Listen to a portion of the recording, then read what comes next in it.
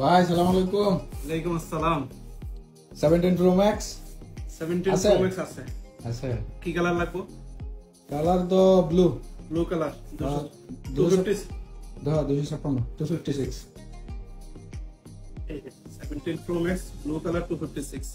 সাথে আর কি কি দিবেন বলেন? সাথে এটার সাথে পাবেন প্রিমিয়াম কভার পাবেন। প্রিমিয়াম কভার দিবেন। অ্যাডাপ্টার পাবেন।